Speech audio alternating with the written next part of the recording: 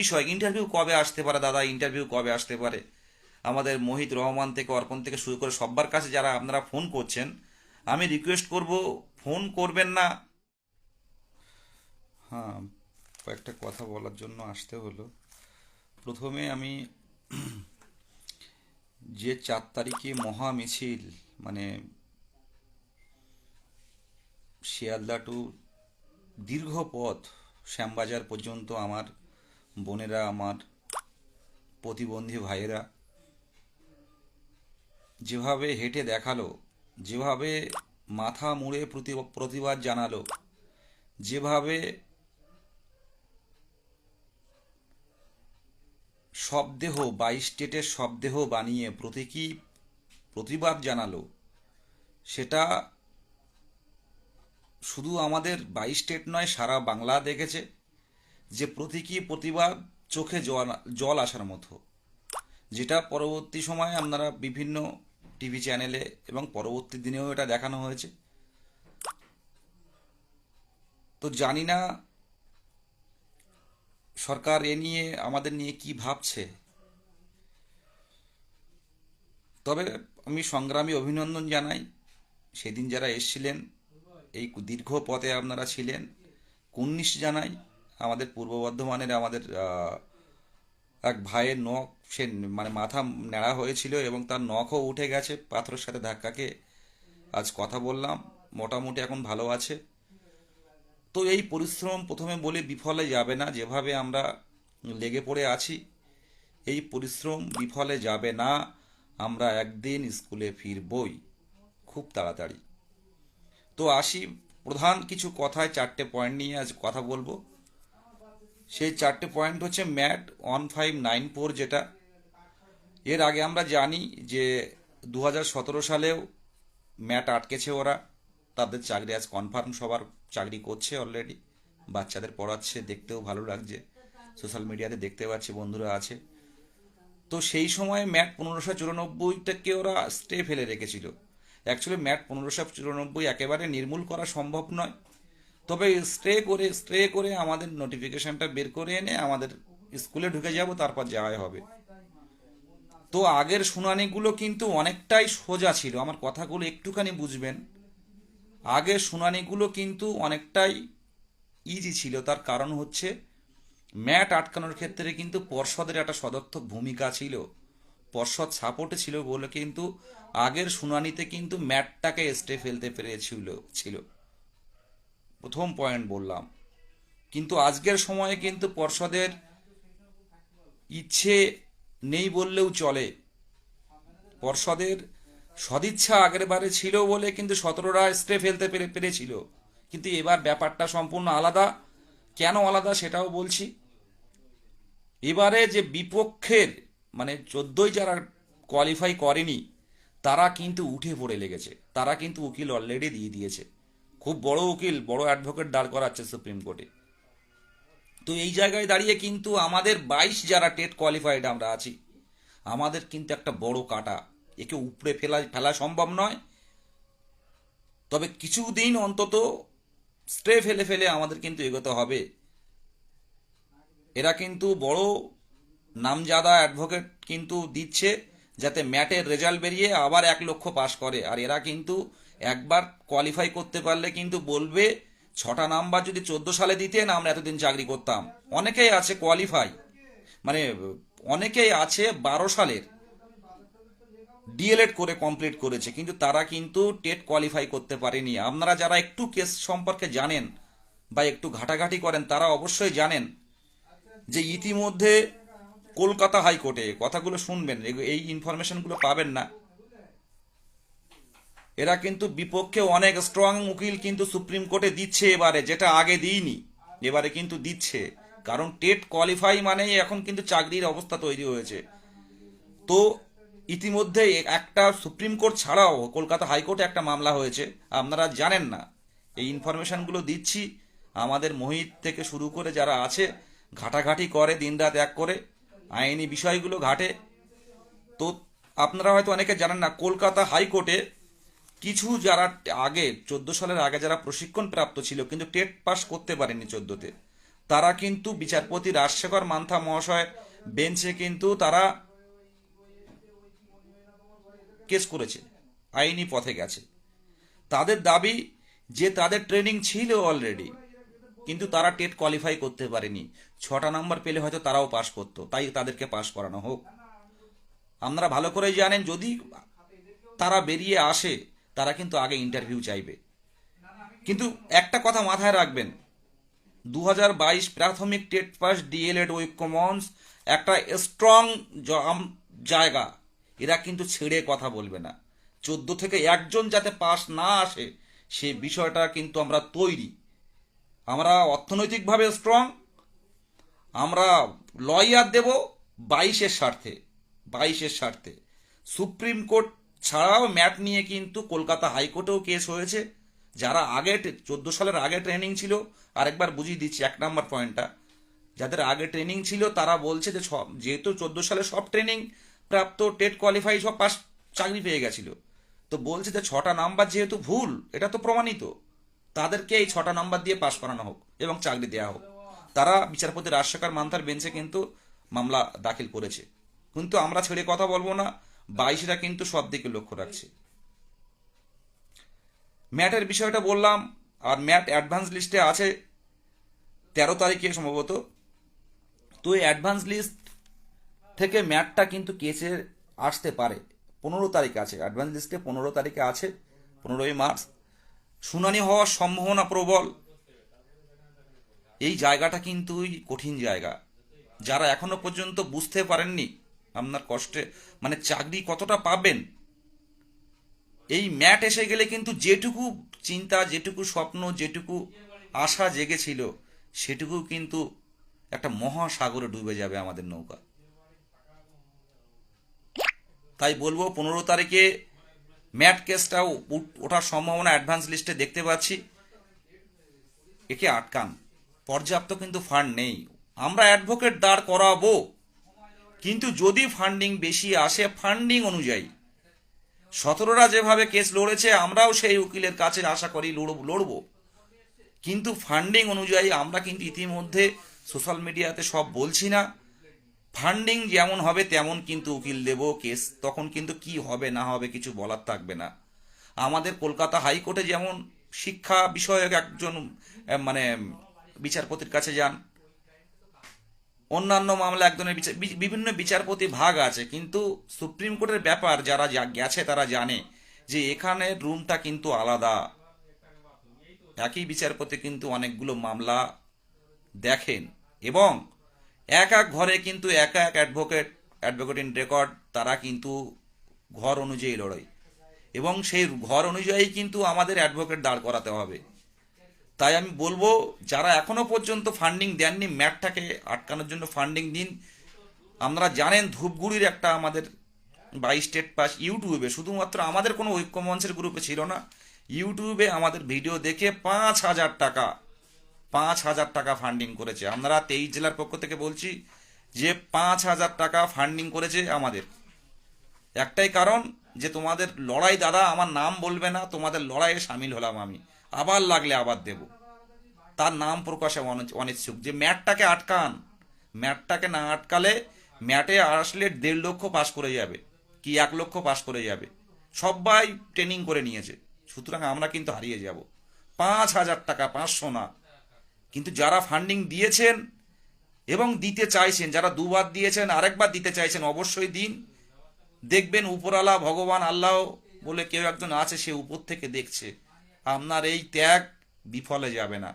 ম্যাটটাকে funding করুন, যে QR code আছে। আপনারা এখন ভাববেন না ভোট এসে যাচ্ছে কি হবে, আমরা কিন্তু কাজ চালিয়ে যাচ্ছি। আমি প্রথম ম্যাট নিয়ে বললাম, এবার দ্বিতীয় যে পয়েন্টটা নিয়ে বলবো ক্লাস 5 পঞ্চম শ্রেণী।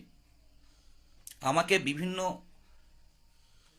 মানে ডিআই থেকে শুরু করে বিভিন্ন শিক্ষা দপ্তরের যারা অনেকেই এই কেসটা যেহেতু লাইভ দেখে এই কেসটার বিভিন্ন সংবাদপত্রে দেখে আমাকে ফোন করেছিলেন যে বিদেশবাবু আপনারা যে এই কেসটায় গেলেন একটা ঐতিহাসিক সিদ্ধান্ত নিয়েছেন। এই পঞ্চম শ্রেণী যেহেতু দুটো শুনানি হয়েছে, আমার কটা পয়েন্ট বললো উনি বললেন, ভদ্রলোক স্বামী স্ত্রী দুজনই সার্ভিসম্যান, বড় পদে আছেন, তো বললো এই কটা পয়েন্ট জানাবেন, অ্যাডভোকেটকে একটুখানি বলে দেবেন, 3টে পয়েন্ট জানাবেন। আমি সব শুনলাম, লিখেও নিলাম। তো এই যে পঞ্চম শ্রেণীকে যদি আমরা, প্রাথমিকে দুটো শুনানি হয়েছে আপনারা জানেন, স্টেট ইচ্ছে করে আসছে না, রাজ্য সরকার ইচ্ছে করে আসছে না, ডিলে করছে। কিন্তু বিকাশ ভবনে গত দিনে আমরা মিছিলের পর আমাদের প্রতিনিধি মোহিত সহ 3জন যারা নেড়া হয়েছিল তারা গেছিল, সেখানেও কিন্তু সদর্থক কথা বলেছে যে আমরা পঞ্চম শ্রেণী অন্তর্ভুক্ত করতে সচেষ্ট, কিন্তু এটা সম্পূর্ণ সরকারের উপর নির্ভর করছে।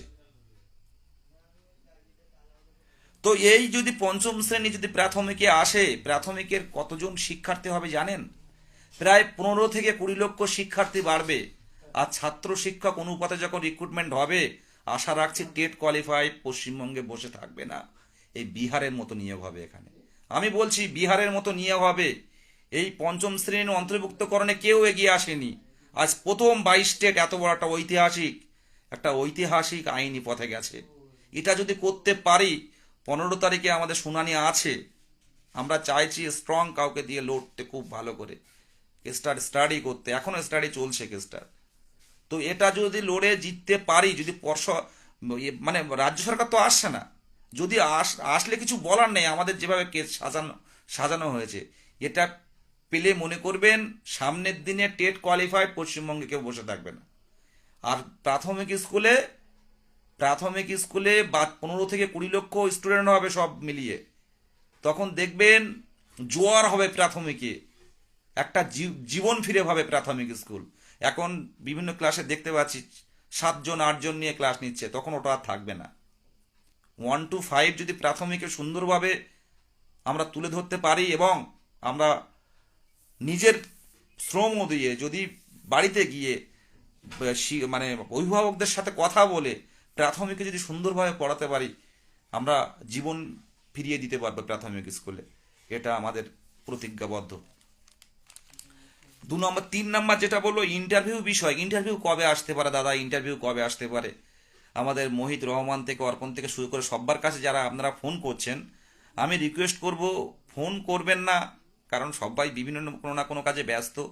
টেক্সট দিয়ে রাখবেন, হোয়াটসঅ্যাপে টেক্সট দিয়ে রাখবেন, কোনো ভয়েস দিয়ে রাখবেন, কোনো না কোনো সময় সারাদিনের মধ্যে বা পরের দিনের মধ্যে কোনো না কোনো সময় কিন্তু রিপ্লাই দেবে যে ইন্টারভিউ কবে পাবো।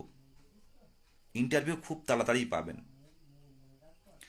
পর্ষদ সভাপতির কাছে যখনই গেছি, তিনি বারবারই বলতে চেয়েছেন যে চলতি রিক্রুটমেন্ট শেষ হলে কিন্তু আমি আর দেরি করবো না, ইন্টারভিউ নেব। 7 তারিখের মধ্যে সব ক্লিয়ার হচ্ছে। সুপ্রিম কোর্টের আদেশ অনুযায়ী যারা 2022-এর পরবর্তীকালে যারা কেসে নেই, তারাও আসছে ইন্টারভিউ দেওয়ার জন্য। তাদের জন্য হয়তো ইচ্ছে করলে সুপ্রিম কোর্টের অর্ডার অনুযায়ী একটা ডেট এক্সটেনশন করতে পারে। সেই কারণে আমরা 2022 যারা এক্সট্রা, এরা তো 7 তারিখের মধ্যে নিয়ে বোর্ড চাইলে এক্সটেন্ড করে মার্চ মাসের 22-এর মধ্যে, একটা কথা আগে বলি যে মার্চের 22-এ কিন্তু 2022-এর এটা কিন্তু কমপ্লিট হবে, ক্লিয়ার হবে। মানে মার্চের 22-এ কিন্তু আর কোনো আইনি বাধ্যবাধকতা থাকছে না। এখন আমাদের পর্ষদকে চাপে রাখতে হবে, সরকারকে চাপে রাখতে হবে, কর্মসূচিগুলো রূপায়ণ করতে হবে। আমাদের যে আইন অমান্য হয়েছিল 27 তারিখে, মিছিলের পর সাংবাদিকরা আমাকে ধরে বলল এই আইন অমান্য এর আগে আমরা দেখিনি। যার তীব্রতা, যার তরঙ্গ, মানে কোন দিকে ছেড়ে কোন দিকে দৌড়বে পুলিশ। তো পর্ষদ 22 তারিখের মধ্যে আমরা চাপে রাখছি বিভিন্নভাবে। 22 তারিখের মধ্যে পুরো 20-22 সহ 22 তারিখে কেস কিন্তু উঠছে সুপ্রিম কোর্টে, এবং সম্পূর্ণ 20-22 এবং 14-17 যা যা জটিলতা আছে 22 তারিখে কিন্তু কমপ্লিট হবে। এটা গেল।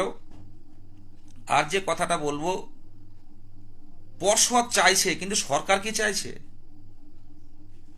সরকার তো ইচ্ছে করলে অনেক কিছু পারে। আপনারা জানেন 16,500 যে রিক্রুটমেন্টটা হওয়ার আগে আমরা তখন 17 সালের পরীক্ষার জন্য, 17 সালের টেটের জন্য আন্দোলন করছি। অর্পণ থেকে শুরু করে আমরা, মুস্তাক হোসেন যারা আপনারা চেনেন, 17-র মুস্তাক, সলিল, এরা আমরা যখন একসাথে আন্দোলন করছি পামাপদ পান, পিয়ালি সামন্ত, রিন্টু সমদ্দার থেকে শুরু করে, অর্ক থেকে শুরু করে আমরা যখন আন্দোলন করছি, অনেকেরই নাম মনে পড়ছে। আমাদের অর্পণও ছিল, নন্দিতা ছিল। তো সেই আন্দোলনের সময় যে আমাদের রিক্রুটমেন্ট করতে হবে, 17-র ইন্টারভিউটা নিতে হবে, সরি টেটটা নিতে হবে, সেই সময় 16,500 একটা, তখন বলা হয়নি, তৎকালীন সেক্রেটারি রত্না ম্যাডাম বললেন যে আমরা কোনো রিক্রুটমেন্ট করব না, 16,500 তখন হয়নি। আমরা একটা স্ক্রুটিনি করছি যে কতজন টেট কোয়ালিফাইড এবং পূর্ণ প্রশিক্ষিত আছে বিএড এবং ডিএলএড, এটা সারা বাংলা জুড়ে আমরা একটা প্রশিক্ষণ নিচ্ছি। তো সারা বাংলা নিয়ে নেওয়ার পর একদিনের মধ্যে ঘুরে গেল 16,500 নিয়োগ হবে রাতারাতি। তো সরকার চাইলে অনেক কিছু করতে পারে। সরকার চাইলে আমাদের পর্ষদ রেডি। আমাদের তো গৌতম পাল মহাশয়ের প্রতি কোনো অভিযোগ নেই, পর্ষদ রেডি আছে। যদি সরকার বলে যে 16,500 যেমন আপনারা ভ্যাকান্সি না দিয়ে কতজন পূর্ণ প্রশিক্ষিত ডিএলএড আছে, তখন তো বিএড ছিল, বিএড বাদ এনওএস বাদ, তাহলে খুব অল্প সংখ্যক, যেটা আমাদের পর্ষদ সভাপতি বারে বারে বলে, খুব অল্প সংখ্যক পূর্ণ প্রশিক্ষিত আছে টেট কোয়ালিফাই। তো এদের নামের লিস্টটা যদি অন্তত করে যে কতজন আছে, আপনাদের একটা পোর্টাল খুলে সেটা করে নিল, নিয়ে সেই মোতাবেক একটা লিস্ট ভ্যাকান্সি দিল, সেটা 1 মাস পরে দিলেও হতো। তো এটা তো করা যেতে পারে। এটা সরকারের উপর নির্ভর করছে, আর সরকারকে চাপে রাখতে আপনাকে আন্দোলনে আসতে হবে। কারণ আমরা 4 জন যদি কালীঘাটে যাই, পুলিশ যেভাবে আটকে ধরে, আমরা কলকাতা রাস্তায় আমরা ঘুরতে পারি না। যেখানে দেখি পুলিশ বলে তোমাদের দেখলে ভয় হয়।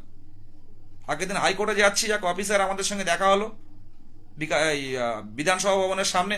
আমরা 3-4 জন, হাফিজুর রহমান, আমরা যাচ্ছিলাম, মহিত যাচ্ছিলাম, আমাদের দেখে পাত ছুটি এসছে। বল তোমরা এখানে? বললাম স্যার এখানে তো কোর্টের দরকারে এসছি। তা বলছে তোমাদের দেখলে ভাই ভয় হয়, অন্য কোনো কারণ নেই তো? তোমরা বিকাশ ভবনে এই বিধানসভায় বসবে না তো আজকে? তোমাদের দেখলে ভয় হয়, চলো থানায় চলো। আল্লাহ কেন থানায় যাব? আমরা তো আপনাদের ঘরেরই ছেলে, আমরা কেন যাব? তা বলছে না ভয় হয়, যখন তখন যদি তোমরা বসে পড়ো, শুয়ে পড়ো রাস্তায়। আলাম তাহলে কোথায় গিয়ে দাঁড়িয়েছি বলুন? হবু শিক্ষক আমরা কি রাস্তায় শুয়ে পড়ি? এটা কি দেখতে ভালো লাগে? তো তাই বলবো যে আন্দোলনটা জরুরি। আমরা কিন্তু 4 জন মিলে আমরা কালীঘাটেও যেতে পারি না, আমরা ওই বিধানসভায় যেতে পারি না, বিকাশ ভবনেও যেতে পারি না। আগের দিন বিকাশ ভবনে গেছি, ভিতরে বসে আছি, খবর চলে গেছে বিদেশ গাজীরা বিকাশ ভবন আছে। বিদেশ গাজী সুদীপ, সুস্মিতা আর ওই মোহিত, সাথে সাথে পুলিশ ফোর্স আসলো, বিকাশ ভবন থেকে আমাদের বাইরে নিয়ে এসে বসালো। দেখো তোমরা কিন্তু হয়ে গেছো, আমাদের উপর লেভেল থেকে তোমাদের ছবি, তোমরা ওখানে ঢুকে আছো, সেই ছবি পাঠিয়ে দিয়ে দেখো, এই হোয়াটসঅ্যাপে ছবি দেখো তোমাদের। তো এইরকম হয়ে গেছে। তো এটাই দরকার আন্দোলনটা করতে গেলে। কেন বলছি বারে বারে, রাজপথে এতবার নেমেছি 22-এর মতো, এমন ধারাবাহিক এবং খুব তীব্রতাযুক্ত তরঙ্গায়িত আন্দোলন কিন্তু এর আগে হয়নি। তাই বলবো, যদি সরকারকে বোঝাতে, যদি বোঝানোর দরকার হয়, সেটা আন্দোলনে আসতে হবে। আর সরকার যদি একবার বলে, আমাদের মুখ্যমন্ত্রী যদি একবার বলে দেয়, তাহলে কিন্তু 16,500 যেমন 16,500 যেমন কোনো ভ্যাকান্সি ছাড়াই যেমন একটা পোর্টাল খুলে অ্যাপ্লিকেশন নেওয়া হয়েছিল, সেই রকম নিতে পারে। তার জন্য কিন্তু আমাদের আন্দোলন জারি থাকবে। এটা গেল। আজ যেটা কথা অনেকে বলছে যে সার্টিফিকেট বাতিল বিএডের, শুনুন, আমরা বসে নেই। আমরা কিন্তু 1 ইঞ্চি জমি কিন্তু লড়াই ছাড়া ছাড়বো না। 22-এ এমন অনেকে পাশ করেছে যারা 14-তে, তোমরা ভালো করেই জানো যে 14-র পরীক্ষাটা কেমন হয়েছিল। পাশাপাশি বসে অনেকে কিন্তু পাশ করেছে, পাশাপাশি বসে। 17-র ব্যাপার জানো, অনেকের হাফ নাম্বার, 1.5 নাম্বার, 2 নাম্বার এমনের জন্য হয়নি। কিন্তু 22টায় কিন্তু অনেকে কিন্তু ভগবান মুখ তুলে তাকিয়েছে, আল্লাহ মুখ তুলে তাকিয়েছে। তো 22টায় কিন্তু বঞ্চিতরা পাশ করেছে। তাই বলবো, যারা অন্য রাজ্য থেকে ডিএলএড সার্টিফিকেট নিয়ে আসে ব্যাকডেট করে, সিকিম বা ঝাড়খণ্ড থেকে, আমাদের কিন্তু সব দিকে নজর আছে, সব দিকে নজর আছে। প্রতিনিয়ত কিন্তু আমরা আলোচনা করছি। আর পরে ট্রেনিং, যেটা বারে বারে হাইকোর্টও বলে দিচ্ছে, যে টেট পাস করার পর ট্রেনিং করে আনলে হবে না। টেট পাস করে ট্রেনিং করে আসলে হবে না। পূর্ণ প্রশিক্ষিত উচ্চ মাধ্যমিক পাস করে 50% নাম্বার রেখে পূর্ণ প্রশিক্ষিত 24 মাসের DElEd diploma in elementary qualify করে আপনার টেট কোয়ালিফাই করতে হবে, তাহলেই আপনি বৈধ। এটা মাথায় রাখবেন। যারা যত বুদ্ধি নিয়ে আসুন না কেন, পরে ট্রেনিং করে আমরা ঢুকতে দেব না। আমরা বসে আছি, চুপচাপ সব দিকে নজর রাখছি, চুপচাপ সব দিকে নজর রাখছি। আমাদের লেজে যদি পা দেয়া হয়, আমরা কিন্তু কামড়াতে দ্বিধা করব না। 22 স্টেট যেভাবে যাচ্ছে যেতে দিন, 22 স্টেটকে আটকাতে যাবেন না। এটা কিন্তু মহা আবেগ। এই আবেগ দেখেছেন, এই আবেগ কিন্তু ধরে রাখা আবেগ না। তাই বলছি, পরে ট্রেনিং করে এটা কোনো লাভ হবে না। নোটিফিকেশান আসার আগে ট্রেনিং কমপ্লিট থাকতে হবে। আজ যে কথাটা বলবো, 9 তারিখে আমরা কিন্তু সারা বাংলা 23 জেলা মিলে কিন্তু আমরা টুইটার কর্মসূচির ডাক দিয়েছি, এক্স কর্মসূচির ডাক দিয়েছি। যেটা পোস্টার বানানো হয়েছে সেই পোস্টার, ওটাও এডিট পোস্টার থাকবে এবং এডিট কিছু লেখা দেবে খুব তাড়াতাড়ি। সেটা কপি করে করে কিন্তু আপনাদের দয়া করবে একটু ভাইরাল করুন, একটু ভাইরাল করুন। এটুকুই বলবো। 9 তারিখের কর্মসূচিটা আপনারা ভাইরাল করুন। 10 তারিখে কিন্তু আমাদের এই ভাইরাল কর্মসূচি কিন্তু অনেক সময় যদি খুব ভাইরাল হয়, তাহলে কিন্তু নিউজ পেপার বা আদার্স সাইডে আমরা দেখতে পাবো। সরকারের কিন্তু চোখ যেতে পারে। সরকার সদিচ্ছা থাকলে সব কিছু করতে পারে। 22 তারিখে কিন্তু কমপ্লিট হয়ে যাচ্ছে, আইনি জটিলতা কিচ্ছু থাকবে না। এখনও কিছু নেই। ইচ্ছে করলে পূর্ণ প্রশিক্ষিত ডিএলএড এবং টেট কোয়ালিফাই কত, সেটা নিউ পোর্টাল খুলে কালকেই কিন্তু অনলাইন ফর্ম ফিল আপ করতে পারে। এটা বারবার বলছি, পঞ্চায়েতে ফর্ম ফিল আপ শুরু হয়েছে, বারবার একই কথা বলছি, বারবার যে অন্তত একটাবার করুন। পূর্ণ প্রশিক্ষিত কতটা আছে। তো এই কয়েকদিনে কিন্তু আমরা খাটছি, শুধু বাড়িতে বসে নয়, বিভিন্ন দিকে ফোন করে করে যে অন্তত অনলাইন ফর্ম ফিল আপটা করে রাখুন। এখন আপনাদের ভ্যাকান্সি দিতে হবে না। তো আশা রাখছি 20-22-এর 7 তারিখটা যাক, একটা নিউজ খবর দেব, কোনো না কোনো খবর দেব। তবে আপনারা কেউ এখন ডিমোটিভেট হবেন না। ভোট হয়ে যাচ্ছে বা ভোট এসে যাচ্ছে বলে কেউ ভেঙে পড়বেন না, কেউ ভেঙে পড়বেন না। ভোট কয়েকদিনের মধ্যে, কিন্তু ভোট তো সারা বছর ধরে হবে না। তো পর্ষদ সভাপতি এবং সরকারের উপর ভরসা আছে। পর্ষদ সভাপতি বারে বারে একটাই কথা বলেছে যে আপনারা ভাগ্যবান। আমি আবারও বলছি যে আমি এই সোশ্যাল মিডিয়াতে সবাই দেখে, পর্ষদ সভাপতি হয়তো নিজেও দেখতে পারেন। উনি বলেছিলেন আমার এখন নিয়োগ দিতে বললে আমি 50,000 নিয়োগ দিতে পারবো। আমি আবারও বলছি, আমাকে চেনেন স্যার, আমাকে চেনেন, আমাদেরকে চেনেন যারা আমরা যাই বারে বারে।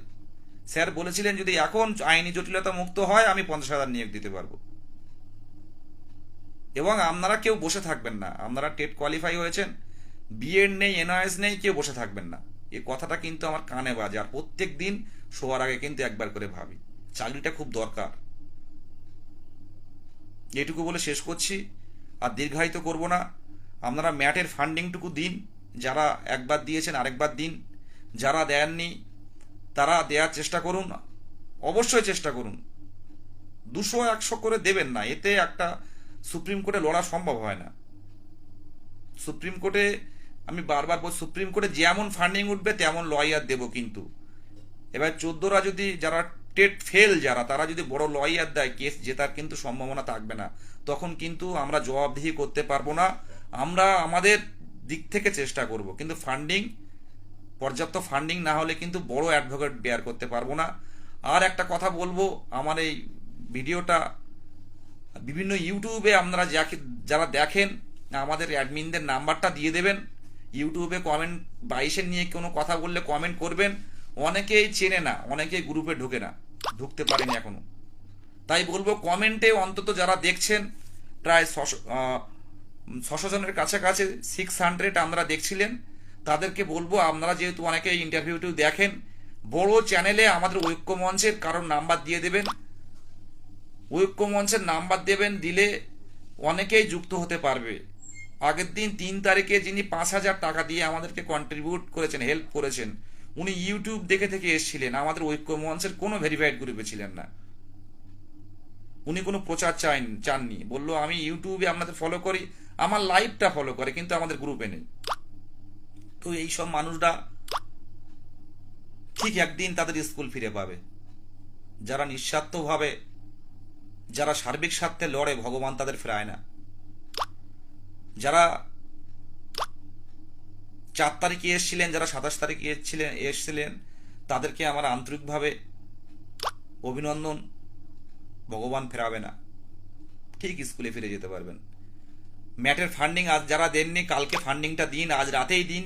আমি আবারও বলছি, নামটা বলছে হাফিজুর রহমান, অ্যাকাউন্টে ফান্ডিং দেবেন। এবং নন্দিতা মণ্ডল, যে মানে আপনারা কোডটা ভালো করে পড়বেন, ওই নাম্বারে আপনারা স্ক্রিনশট, নাম, ফোন নাম্বার এবং জেলার নামটা পাঠাবেন। আজ যদি পারেন, আপনারা তো বিভিন্ন ইউটিউব চ্যানেলে ইউটিউবে দেখেন, তো ইউটিউবার আমরা বিভিন্ন দিন আমাদের প্রচারগুলো চালাই, কিন্তু আমাদের এই কিউআর কোডটা যদি পারেন, আমাদের প্রচার যদি পারেন, একটু ইউটিউবে জানাবেন। যাদের ইউটিউবার আছে, আমার নাম্বারে একটু কন্ট্যাক্ট করতে বলবেন।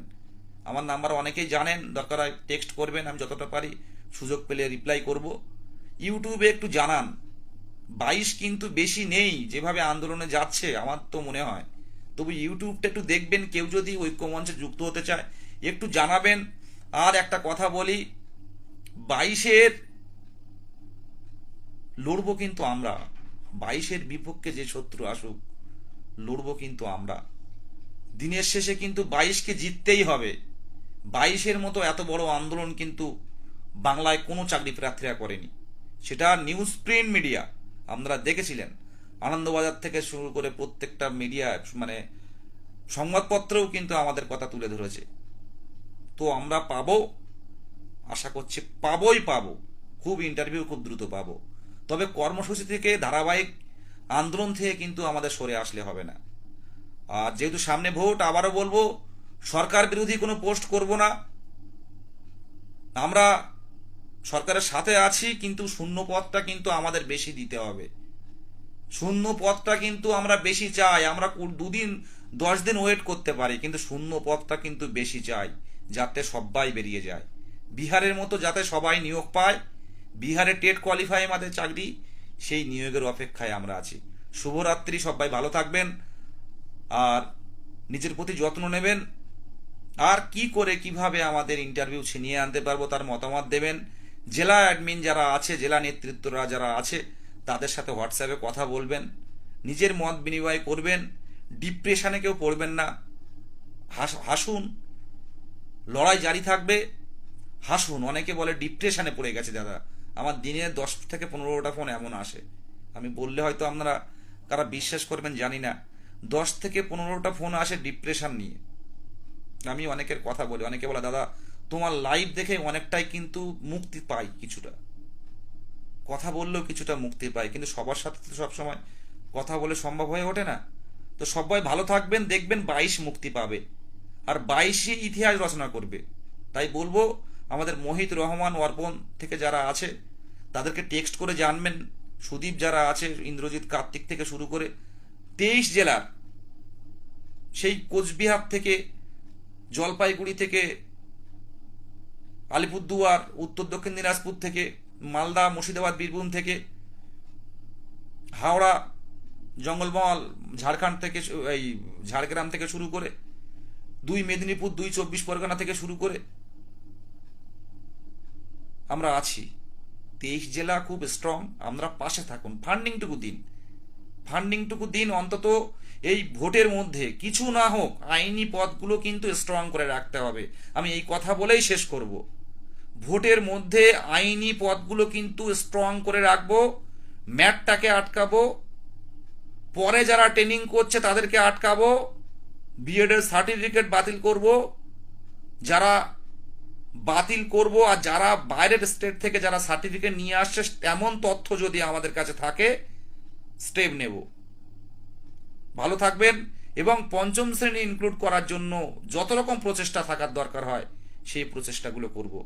শুধু একটাই কথা বলবো, আপনারা একটু আইনি পথে আমাদের যাওয়ার জন্য একটু সাহায্য করুন। মনে করুন নিজের দাদা, নিজের ভাই আজ যুদ্ধে নেমেছে, দেখবেন দিনের শেষে ঠিক মায়ের চোখের জলটা আমরা মুছতে পারবো। শুভরাত্রি, সবাই ভালো থাকবেন।